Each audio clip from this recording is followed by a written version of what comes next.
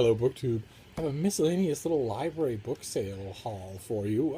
I got the books yesterday and thought I filmed it yesterday, but the video is nowhere to be found.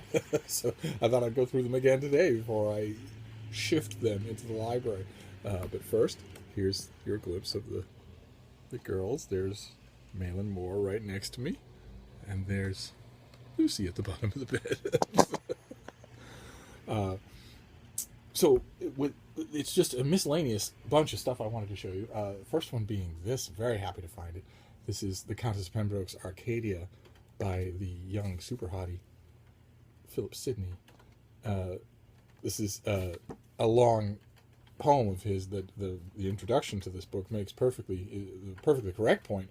Was enormously popular and quoted and well known, a common part of intellectual currency for centuries, and is now completely forgotten, and nobody really knows why.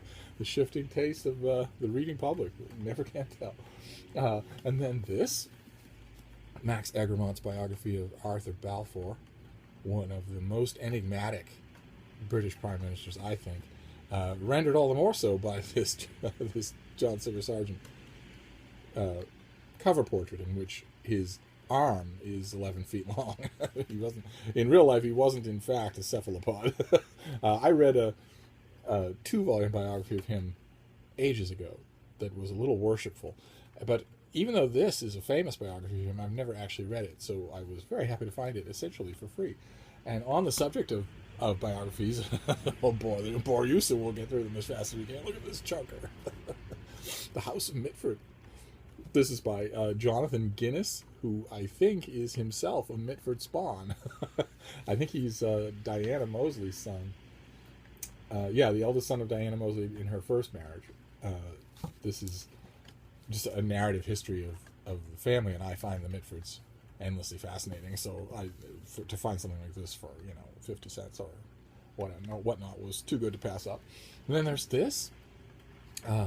This is the year's best science fiction, the 5th annual collection by Gardner Dozois. These things are fantastic annual anthologies. And I just reviewed the 33rd annual collection. He's been doing this that long. It's incredible. Without missing a year and without dipping in quality. I have had all these over the years, and I've put them all on the same shelf, and I've pulled them down and reread great stuff and found new stuff. You're always finding new stuff in these. There are half a dozen stories in here that I don't remember reading. And then I end up getting rid of them as well. I think this and the 33rd one, the new one, are the only two I have at the moment. So if you see these, they're well worth your time to get. Don't make the mistake that I did of getting rid of them. They're science fiction volumes to keep. And then I found this, Longitude by Dalva Sobel. I think I mentioned the other day on this channel that I read and loved her new book, The Glass Universe, about female astronomers making all kinds of breakthroughs at the Harvard Observatory, and their story being told, by a best-selling narrative historian for the very first time. And when I read it, I realized, I'm certainly going to want to review this. And when I do, I'm certainly going to want to quote from Longitude. And then I realized I don't have a copy, and here it is.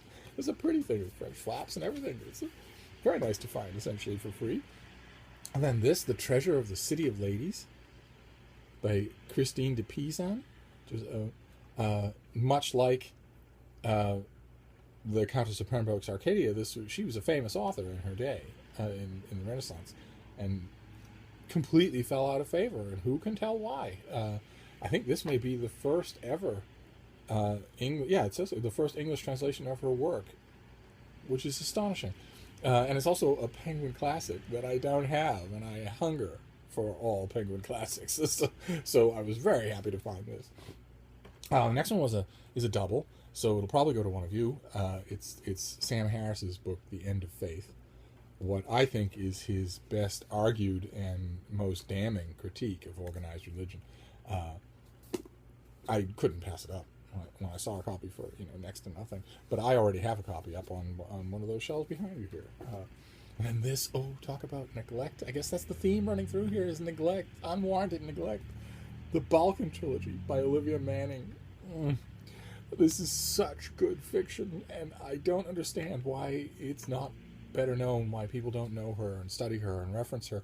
You can mention Olivia Manning or Isabel Colgate or these even Delderfield. You can mention these people in conversation with even literate people, and they will say, "I've never heard of them," or "I've certainly never read them."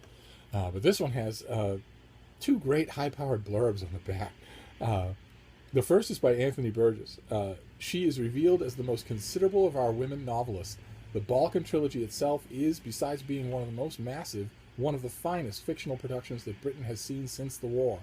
Her gallery of personages is huge, her scene painting superb, her pathos controlled, her humor quiet and civilized.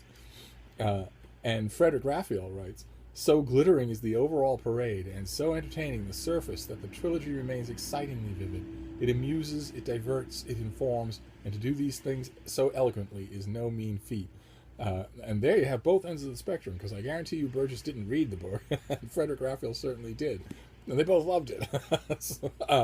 But if you see Olivia Manning, any Olivia Manning, give it a try. You will like it. She is really, really good. And the last one is another double, another thing that will go to one of you if you want it. It's a science fiction classic that's not as well known as it should be. Consider Fleas by Ian Banks. I have a copy of this somewhere that's really pretty. A modern reprint of it looked really good, so I grabbed it. But I found this for a dime. I'm going to pass that up, especially since I'm sure there will be people down the line or at present that I can send it to. And there you have it. That is a Miscellaneous Library Haul that I'm sharing with you on this rainy day in Boston. And I'll be back with more soon. Thank you, BookTube.